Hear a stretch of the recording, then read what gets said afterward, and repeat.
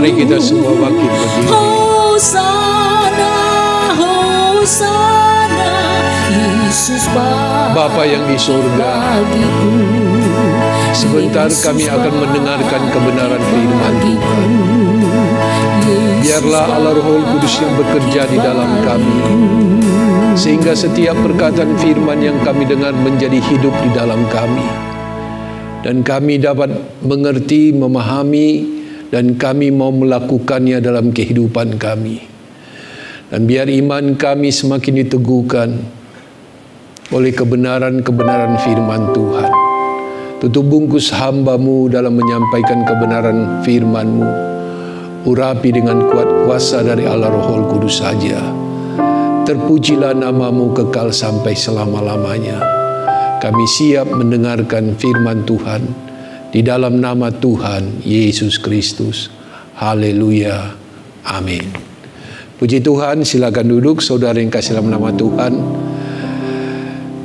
Pagi hari ini kita beribadah, hari Minggu ini juga memperingati hari kebangkitan dari Tuhan kita Yesus Kristus. Nah, saudara yang kasih nama Tuhan, kebangkitan dari Tuhan Yesus Kristus itu begitu penting bagi kita. Ada banyak hal, kebenaran-kebenaran yang terkandung di dalamnya. Biar melalui firman Tuhan yang sebentar akan kita dengar, kita akan dikuatkan dan kita bersyukur punya Tuhan yang hidup. Puji Tuhan. Saya memberikan judul firman Tuhan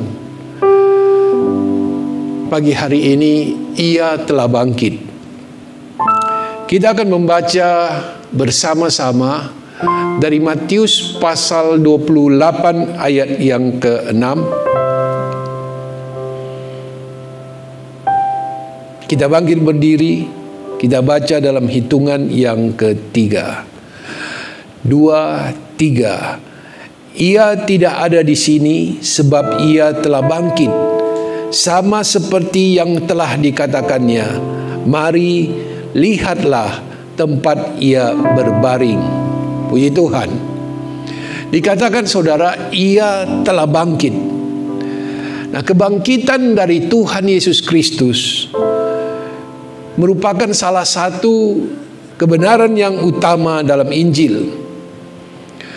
Dan para pemuka agama Yahudi, imam-imam kepala, tua-tua bangsa Yahudi berusaha untuk menutupi kebenaran ini dengan cara memberikan sejumlah uang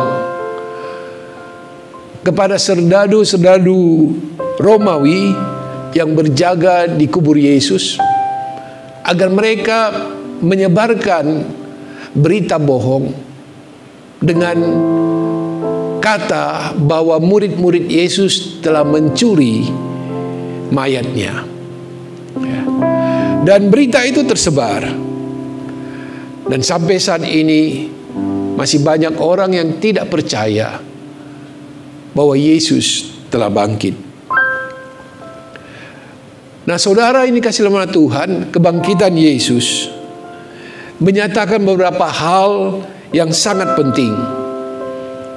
Dan kita harus mengetahuinya, sehingga kita bersyukur punya Tuhan yang hidup. Beberapa hal yang penting itu kita akan belajar pagi hari ini. Yang pertama saudara, kebangkitan Yesus adalah kemenangan atas kuasa maut. Di dalam 1 Korintus 15 ayat 54 sampai 55, di sana dikatakan, sesudah yang dapat binasa ini mengenakan yang tidak dapat binasa, dan yang dapat mati ini mengenakan yang tidak dapat mati, maka akan genaplah firman Tuhan yang tertulis, maut telah ditelan dalam kemenangan. Hai maut, di manakah kemenanganmu? Hai maut, di manakah sengatmu? Dikatakan saudara, sebab akan genaplah firman Tuhan yang tertulis. Jadi merupakan penggenapan dari firman Tuhan bahwa maut telah ditelan dalam kemenangan. Ketika Yesus bangkit, saudara yang kasih sama Tuhan, dari kematian, itu merupakan kemenangan yang luar biasa. Sewaktu Yesus terpaku di kayu salib, iblis bergembira, mereka bersuka cita, mereka berpikir musuh utama mereka telah dapat dikalahkan, dan murid-murid merasa ketakutan, mereka akan dibantai oleh musuh-musuh mereka. Namun apa yang terjadi? Seperti yang sudah tertulis, seperti yang telah dikatakan Yesus sebelum dia ditangkap, bahwa pada hari ketiga dia akan bangkit.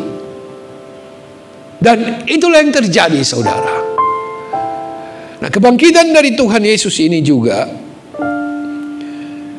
menggenapkan nubuatan di dalam Kejadian 3 ayat 14 sampai ayat yang ke-15. Lalu berfirmanlah Tuhan Allah kepada ular itu, karena engkau berbuat demikian, terkutuklah engkau di antara segala ternak dan di antara segala binatang hutan. Dengan perutmu lah engkau akan menjalar, dan debu tanahlah akan kau makan seumur hidupmu.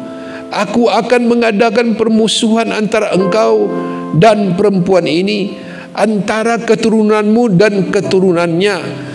Keturunannya akan meremukkan kepalamu, dan engkau akan meremukkan tumitnya. Puji Tuhan. Kebangkitan Yesus telah mengalahkan kuasa maut.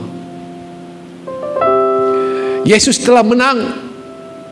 Yesus telah mengatasi kuasa maut itu.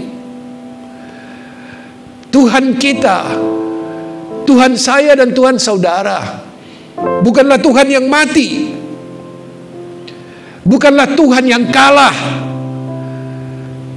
tetapi Dia adalah Tuhan yang sudah mengalahkan maut, Tuhan yang sudah mengalahkan kematian.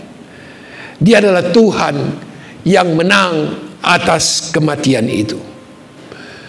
Kita bersyukur, saudara yang dikasihi dalam nama Tuhan, kalau kita memiliki Tuhan yang hidup, bukan Tuhan yang mati. Saya bersyukur kalau Tuhan yang saya sembah adalah Tuhan yang hidup, Tuhan yang melihat, Tuhan yang mendengar, Tuhan yang menjawab atas setiap seruan anak-anaknya, dan Tuhan yang mampu menolong, Tuhan yang mampu menyelamatkan. Dialah Tuhan yang kita sembah, yang kita panggil di dalam nama Tuhan Yesus Kristus. Kemudian yang kedua, saudara yang kasih nama Tuhan, bahwa kebangkitan Yesus membuktikan bahwa Yesus adalah anak Allah yang berkuasa. Yesus adalah anak Allah yang berkuasa. Roma 1 ayat yang keempat, Injil itu telah dijanjikannya sebelumnya dengan perantaran nabi-nabinya dalam kitab suci, tentang anaknya yang menurut daging diperanakan dari keturunan Daud, dan menurut roh dan kekudusan dinyatakan oleh kebangkitannya dari antara orang mati, bahwa ia adalah anak Allah yang berkuasa, Yesus Kristus Tuhan kita. Puji Tuhan. Dia adalah anak Allah yang berkuasa. dan diperjelas siapa anak Allah yang berkuasa itu. Dikatakan Yesus Kristus Tuhan kita. Kalau kuasa maut saja sudah dikalahkan, maka kuasa apapun yang ada di dalam dunia ini pasti dapat ditaklukkan oleh Yesus.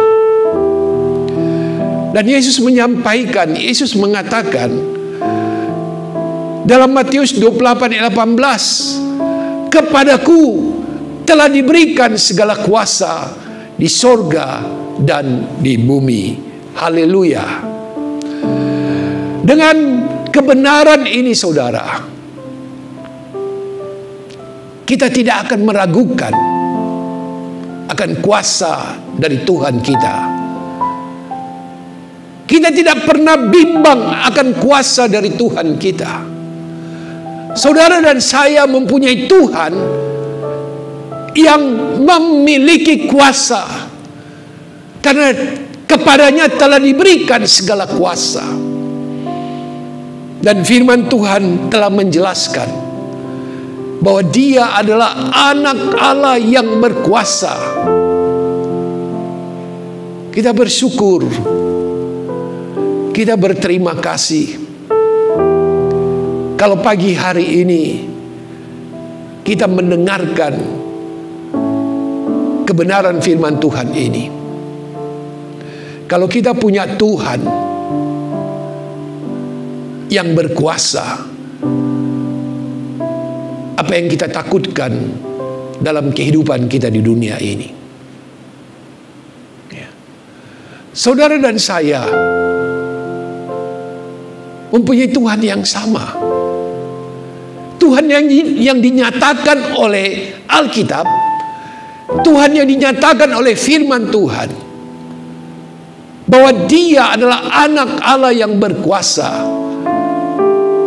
Yesus Kristus namanya. Apapun yang kita hadapi saudara, kesulitan seperti apapun, jangan pandang masalah dan kesulitanmu yang besar, tapi pandanglah Tuhanmu yang maha kuasa. Maka kesulitan kita akan dapat kita atasi bersama-sama dengan Yesus. Puji Tuhan. Nah saudara, yang ketiga saudara, kebangkitan Yesus menjamin penebusan kita dari kuasa dosa. Di dalam 1 Korintus 15 ayat 17 dan 18.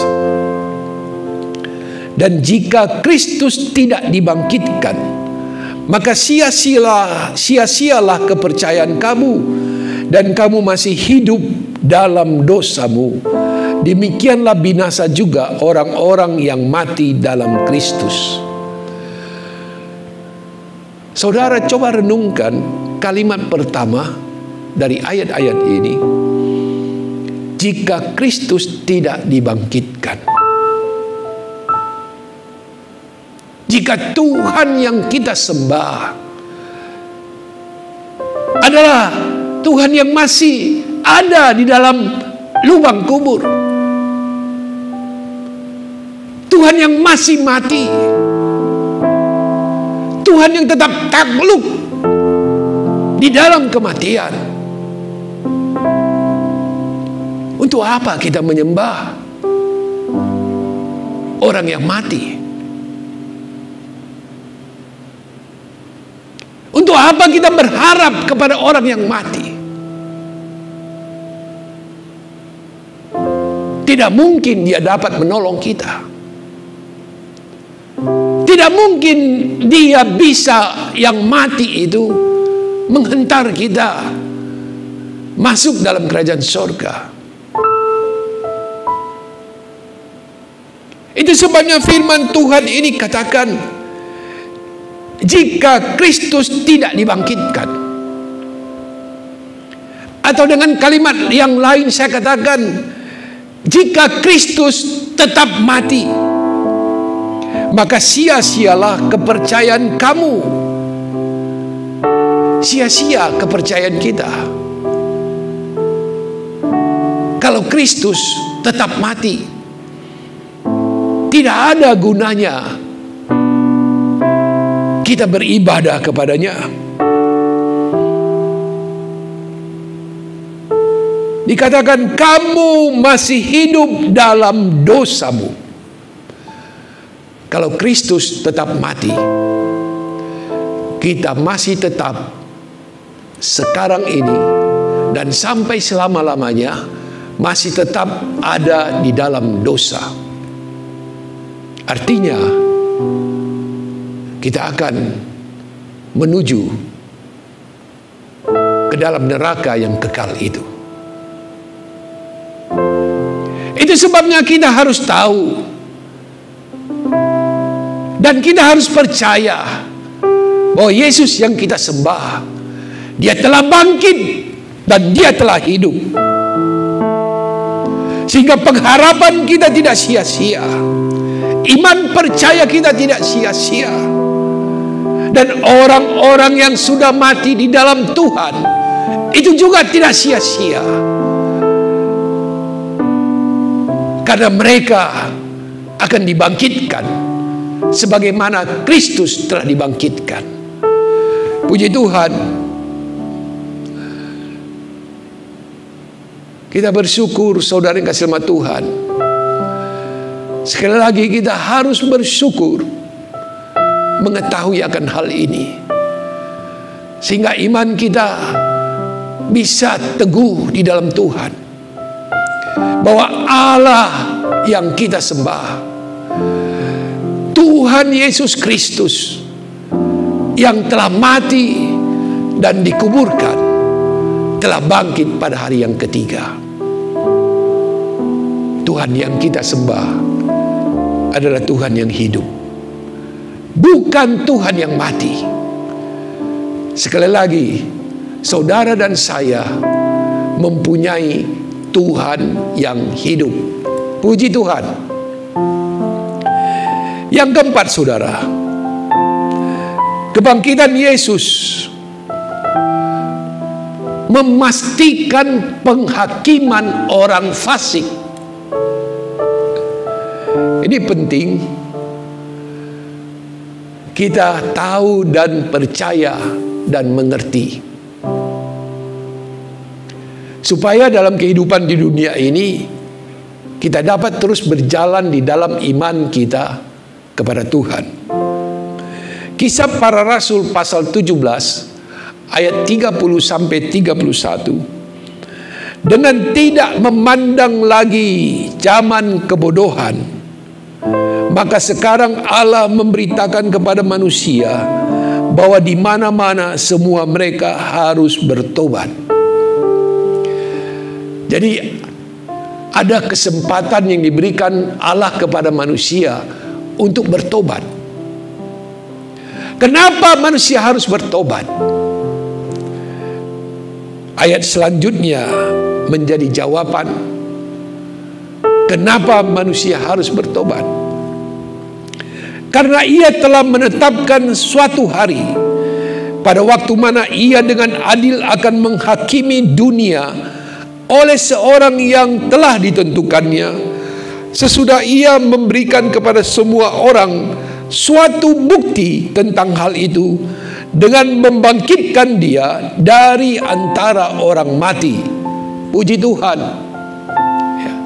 Saudara, firman Tuhan ini sangat meneguhkan saya. Ya. Kalau dikatakan bahwa Tuhan telah menetapkan satu hari di mana akan ada penghakiman yang adil. Siapa yang menghakimi? Siapa yang telah ditetapkan untuk menghakimi dunia ini, untuk menghakimi manusia? Sudah ditentukannya.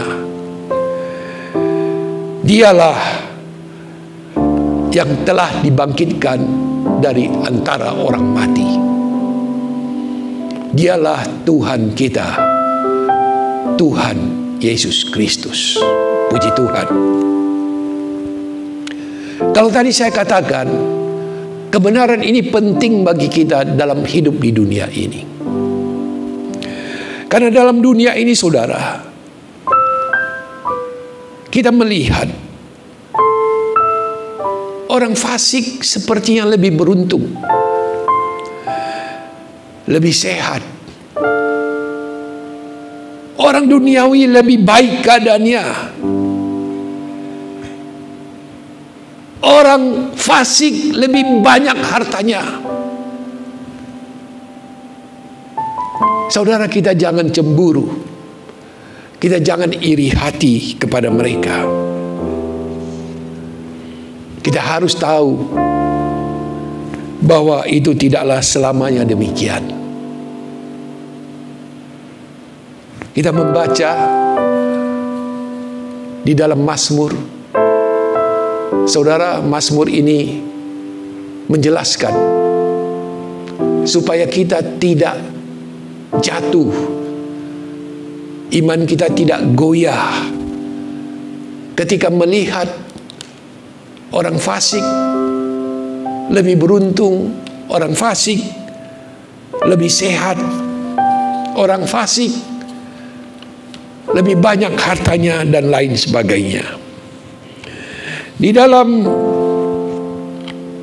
Mazmur pasal 73, di sana dikatakan mulai ayat 2 sampai ayat yang ke-20.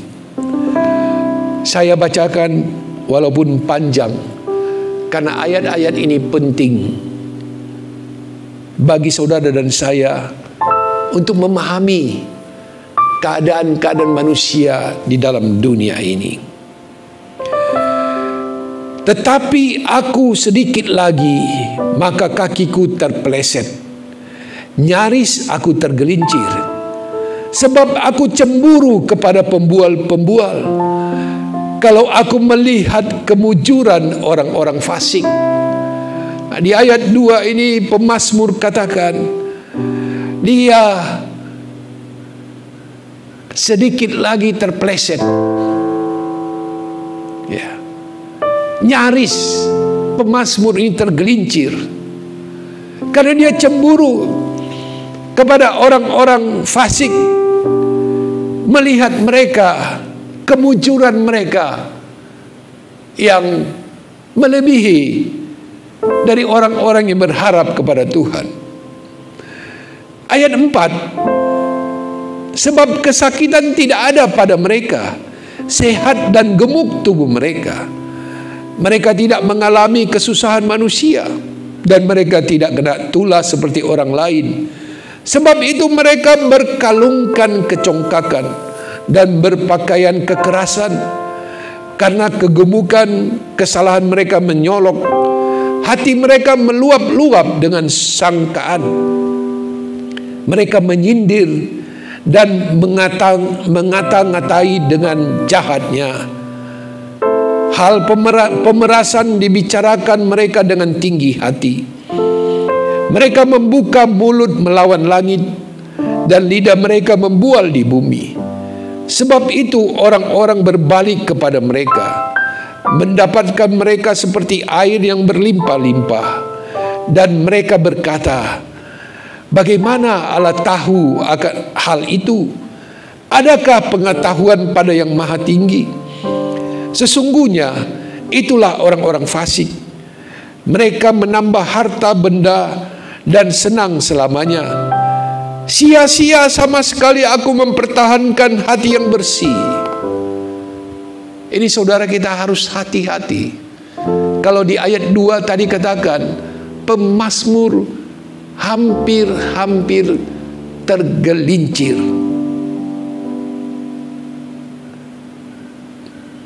Hampir terpeleset. Karena apa? Karena dia sudah ada di tepi, tidak percaya kepada Tuhan. Sia-sia sama sekali aku mempertahankan hati yang bersih, dan membasuh tanganku tanda tak bersalah. Namun sepanjang hari aku kena tulah dan kena hukum setiap pagi. Seandainya aku mau berkata-kata seperti itu, maka sesungguhnya aku telah berkhianat kepada angkatan anak-anakmu. Tetapi ketika aku bermaksud untuk mengetahuinya, hal itu menjadi kesulitan di mataku. Saudara perhatikan ayat 17. Sampai aku masuk ke dalam tempat kudus Allah dan memperhatikan kesudahan mereka. Maksudnya di sini mereka adalah orang-orang fasik tadi, yang mujur, yang gemuk, yang beruntung tadi. Apa kesudahan mereka? Ayat 18. Sesungguhnya di tempat-tempat licin kau taruh mereka, kau jatuhkan mereka sehingga hancur. Betapa binasa mereka dalam sekejap mata, lenyap habis oleh karena kedahsyatan. Seperti mimpi pada waktu terbangun, ya Tuhan, pada waktu terjaga, rupa mereka kau pandang hina. Bapak Ibu yang kasih nama Tuhan, itulah kesudahan dari orang fasik.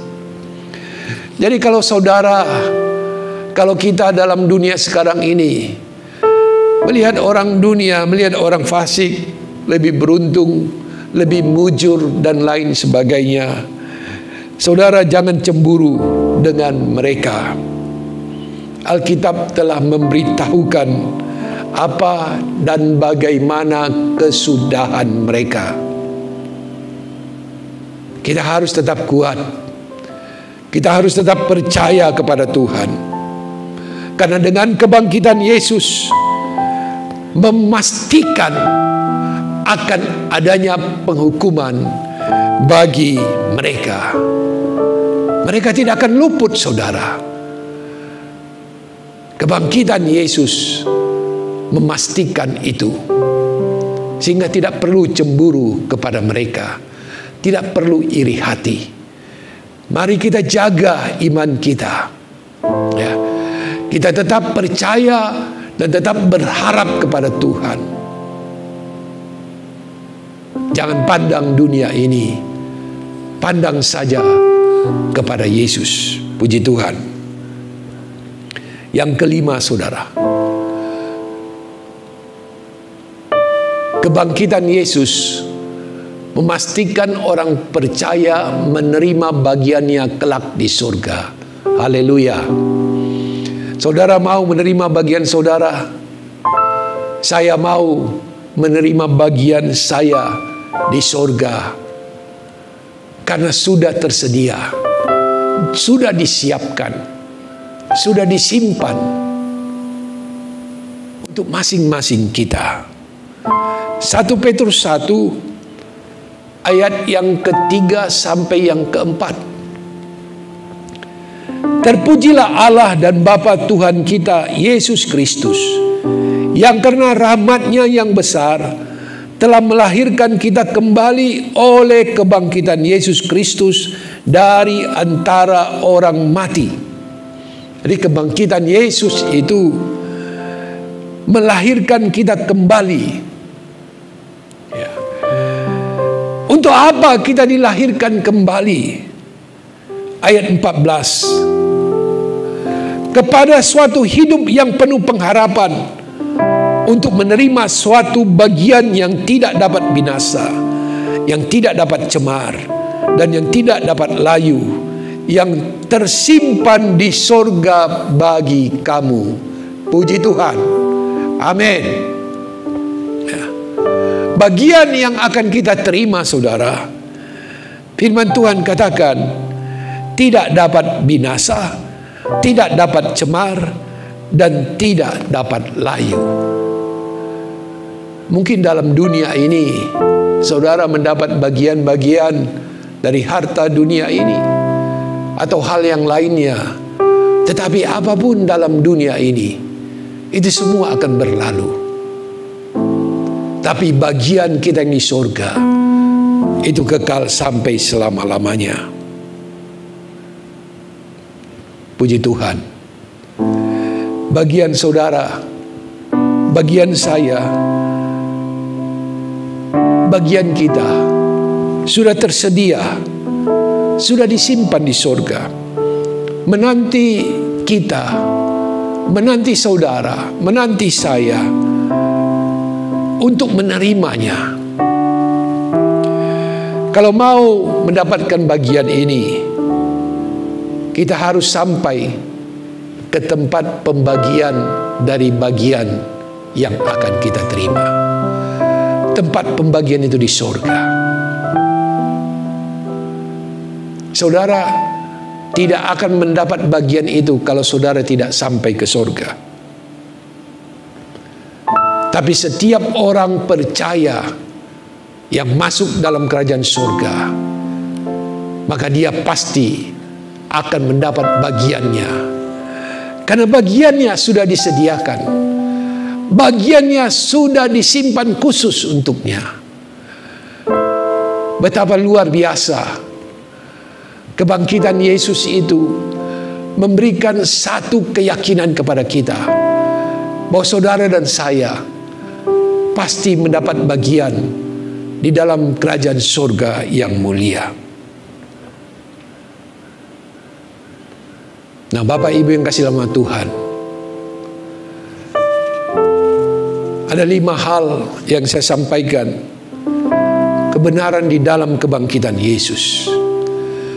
Yang pertama, saudara, kebangkitan Yesus bukti kemenangan atas kuasa maut. Yang kedua, kebangkitan Yesus membuktikan bahwa Yesus adalah anak Allah yang berkuasa. Yang ketiga, kebangkitan Yesus menjamin penebusan kita dari kuasa dosa. Yang keempat, kebangkitan Yesus memastikan penghakiman orang fasik. Yang kelima, kebangkitan Yesus memastikan orang-orang percaya menerima bagiannya kelak di surga yang mulia itu. Oleh sebab itu, berusahalah agar kita dapat mencapai tujuan hidup kita, yaitu surga yang mulia. Dengan kita mengetahui dan percaya akan kebenaran yang ada di dalam kebangkitan Yesus Kristus, kita harus bangga punya Tuhan seperti Dia. Saya bangga punya Tuhan seperti Yesus. Saya bangga punya Tuhan yang hidup, bukan Tuhan yang mati. Saudara, kita semua harus bangga punya Tuhan Yesus Kristus. Yang kedua, saudara, kita lebih bersungguh-sungguh dalam mengiring Tuhan. Kita sudah mendengar tadi kebenaran-kebenaran dalam kebangkitan Tuhan. Saudara, kebenaran-kebenaran itu harus kita miliki dan harus hidup di dalam kita. Untuk itu, saudara, dalam kehidupan di dunia ini, selagi Tuhan masih memberikan kesempatan kepada kita untuk hidup, bersungguh-sungguhlah sebagai anak-anak Tuhan. Benar-benarlah sebagai orang pengikut Kristus. Tidak zamannya lagi saudara menjadi orang Kristen hanya di KTP. Kesungguhan mengiring Tuhan dalam dunia ini, itu akan menghentar kita masuk ke dalam kerajaan surga. Yang ketiga, saudara, dengan mengetahui kebenaran yang ada di dalam kebangkitan Tuhan Yesus Kristus, membuat kita berani dan kuat dalam menghadapi hidup ini. Amin. Puji Tuhan. Apapun yang terjadi sekarang ini, saudara, Bagaimanapun kesulitan hidup kita, bagaimanapun persoalan yang sedang saudara hadapi, saudara ingat, engkau punya Tuhan yang sudah mengalahkan maut. Saudara harus ingat, engkau punya Tuhan yang berkuasa. Bukankah itu membangkitkan iman percaya kita, membuat kita berani dan kuat dalam menghadapi hidup ini? Puji Tuhan. Selanjutnya saudara, dengan mengetahui kebenaran dalam kebangkitan Yesus, biar kiranya kita semua menjadikan sorga itu tujuan utama hidup kita. Haleluya. Coba sekarang ini, hari-hari ini, coba kita renungkan, apa tujuan utama hidup kita. Kadangkala saudara, kita mengatakan tujuan utama hidup kita adalah sorga. Tetapi yang kita lakukan dalam kehidupan kita sehari-hari menyatakan sebaliknya. Yang kita lakukan dalam kehidupan kita sehari-hari lebih mengutamakan hal-hal duniawi ini. Kalau tujuan utama hidup kita adalah sorga, maka setiap kehidupan kita, perbuatan kita, apapun yang kita kerjakan, yang terutama adalah sorga, kita lakukan supaya kita dapat masuk ke dalam kerajaan sorga. Puji Tuhan. Biar kiranya kebenaran firman Tuhan ini, saudara yang kasih dalam Tuhan, menumbuhkan iman percaya kita. Kita tidak ragu mengikut Tuhan. Biar kita tetap kuat di dalam Tuhan. Apapun yang terjadi di dalam hidup kini, kita harus tetap bertahan di dalam Tuhan. Karena Engkau, saya dan kita semua punya Tuhan yang hidup. Tuhan memberkati kita semua. Mari kita bangkit berdiri.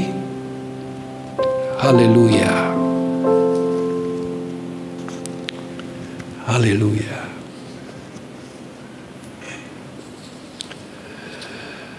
Biar kita semua yang mendengarkan kebenaran firman Tuhan pagi hari ini, saudara dan saya dapat merenungkan firman Tuhan ini, agar kita benar-benar ada di dalam Tuhan. Haleluya. Terima kasih Tuhan. Oh glory. Mari angkat pujian. Yang lemah dikuatkan.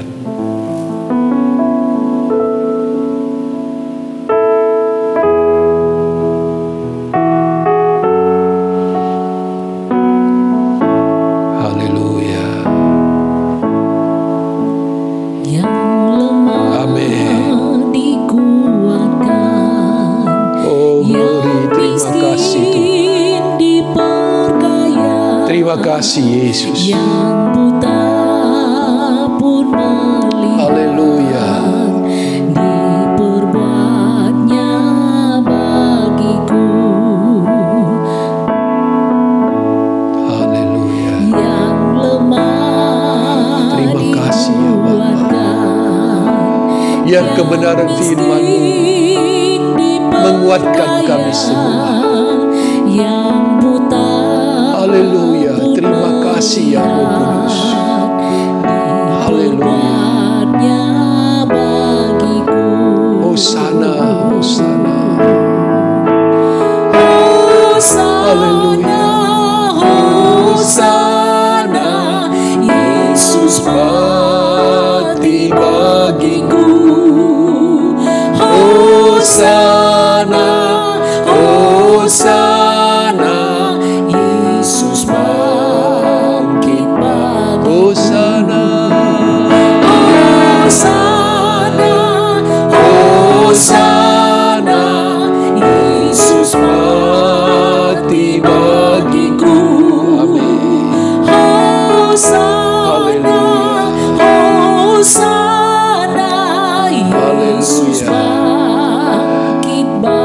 Terima kasih Tuhan. Terima kasih ya Roh Kudus.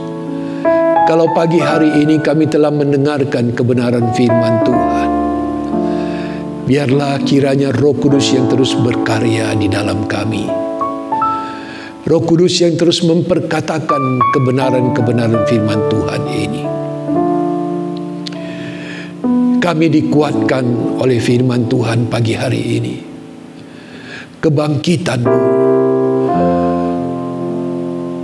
membuat kami menjadi kuat di dalam Engkau, dalam menghadapi hidup kami yang masih Engkau izinkan ada dalam dunia ini. Tolong kami Allah Roh Kudus, agar kami mampu dan agar kami tetap terus ada di dalam Tuhan Yesus Kristus. Tetap percaya dan mengandalkan Engkau dalam kehidupan ini. Terpujilah nama-Mu, kekal nama-Mu sampai selama-lamanya. Kami mengucap syukur, kami berterima kasih. Dalam nama Tuhan Yesus Kristus. Haleluya. Amin. Sebelum saya menutup ibadah ini dengan doa berkat, mari kita bangkit berdiri, kita angkat pujian Anak Allah Yesus namanya. Haleluya. Amin. Mari semua tepuk tangan. Anak Allah Yesus namanya, menyembuhkan, menyucikan, bahkan mati.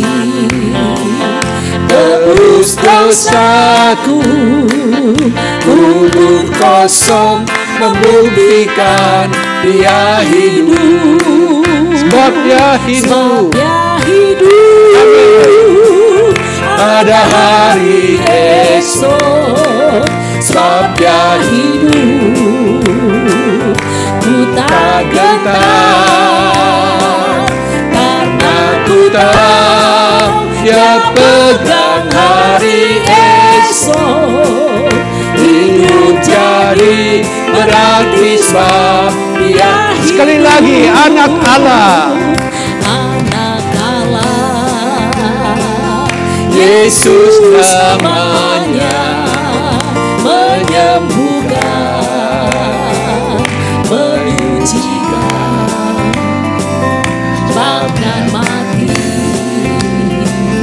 tebus dosaku, kubur kosong, membuktikan Dia hidup.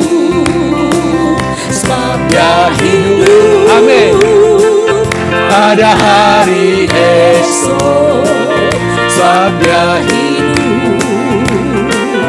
ku Tak gentar, karena ku tahu Dia pegang hari esok.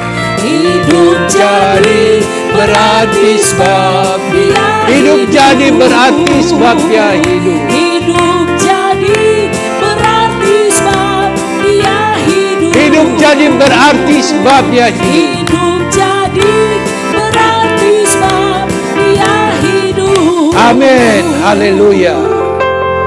Mari kita tundukkan kepala. Di akhir dari ibadah ini ya Bapa, hamba serahkan setiap sidang jemaat yang sudah memberikan korban-korban persembahan dan yang sudah mengembalikan milik Tuhan. Kiranya Engkau membukakan tingkap-tingkap langit, mencurahkan berkat-berkat-Mu dengan berkelimpahan dan memagari kehidupan mereka. Anak-anak-Mu yang bekerja sebagai pegawai swasta dan sebagai pegawai negeri, Engkaulah yang memberkati perusahaan dan instansi di mana anak-anak-Mu ada. Berkatilah atasan mereka, berkatilah rekan sekerja mereka, berkatilah bawahan mereka. Anak-anak-Mu yang mempunyai usaha pekerjaan sendiri, Engkau yang memberkati dan melindungi usaha pekerjaan anak-anak-Mu. Memberikan hikmat bijaksana bagi mereka dalam mengelola bisnis usaha pekerjaan mereka. Dan apa yang mereka kerjakan, Engkau yang membuatnya berhasil.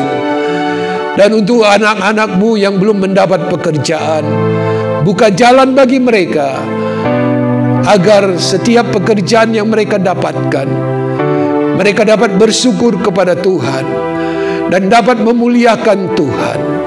Terima kasih Tuhan. Terima kasih ya Bapa. Saudara yang diberkati oleh Tuhan, jadilah berkat dimanapun engkau ada, dan jadilah saksi bagi Tuhan Yesus Kristus, dan bawalah jiwa-jiwa untuk datang kepada Tuhan. Dan sekarang marilah kita mengangkat dan menadahkan tangan kita kepada Bapa yang di sorga untuk menerima segala berkat, baik berkat jasmani, teramat lebih segala berkat-berkat rohani. Tuhan memberkati engkau dan melindungi engkau. Tuhan menyinari engkau dengan wajah-Nya dan memberi engkau kasih karunia. Tuhan menghadapkan wajah-Nya kepadamu dan memberi engkau damai sejahtera. Kasih sayang yang sempurna dari Tuhan Yesus Kristus dilimpahkan dalam kehidupanmu. Persekutuan dengan Allah Roh Kudus kiranya menyertai, memimpin dan menolong kita semua mulai saat ini sampai selama-lamanya. Dalam nama Bapa, Putra dan Roh Kudus, di dalam nama Tuhan Yesus Kristus. Haleluya. Amin. Selamat pagi, Tuhan memberkati.